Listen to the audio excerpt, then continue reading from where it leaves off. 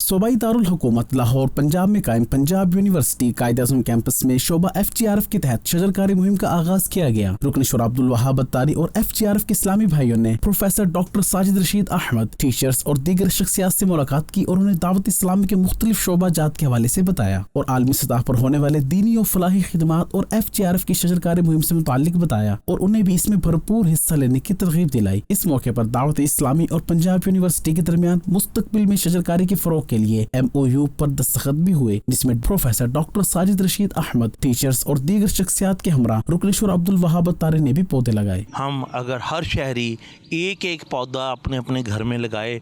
تو 22 کروڑ پودے لگا سکتے ہیں، اور یہ سارا کریڈٹ جو ہے یہ FGRF کو جاتا ہے اور پنجاب یونیورسٹی کے ہمارے وائس چانسلر کو جاتا ہے، جن کی انسٹرکشن پہ ہم نے یہ مہم کا آغاز کر دیا ہے۔ نیز رکن شورا عبدالوہاب اتاری نے پروفیسر ڈاکٹر محمد شاہد رفیق سے ان کے آفس میں ملاقات کی اور دعوت اسلامی کے مختلف شعبہ جات کا تعارف پیش کیا، بالخصوص شعبہ تعلیم اور FGRF کی خدمات کے حوالے سے بتایا اور فیضان مدینہ جوہر ٹاؤن لاہور کے وزٹ کی دعوت بھی پیش کی۔